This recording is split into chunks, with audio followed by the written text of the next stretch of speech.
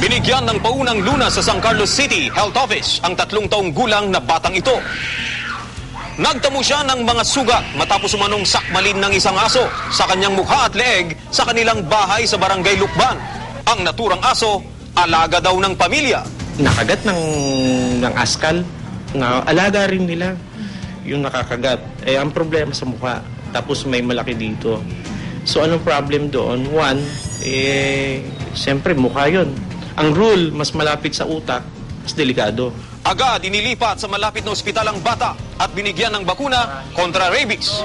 Dahil Animal Bite Center din ng City Health Office ng San Carlos, madalas umuna itong takbuhan ng mga nakakagat ng hayop. Payo ng doktor, agad bigyan ng first aid ang mga biktima ng kagat ng hayop. Hugasan ng sabon at running water o umaagos na tubig ang sugat. Dalhin agad ang pasyente sa pinakamalapit na health center. Obserbahan ng hayop sa loob ng 2 linggo.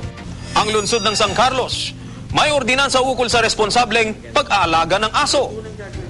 Nakapaloob din dito ang multa sa mga lalabag dito. And the most important thing, yung responsible pet ownership. Okay, ang aso is man's best friend, sabi nga nila. Pero ang aso is hayop pa rin. May amo, yung hindi niya amo o yung alam niyang kaya niya, baka niya kagatin.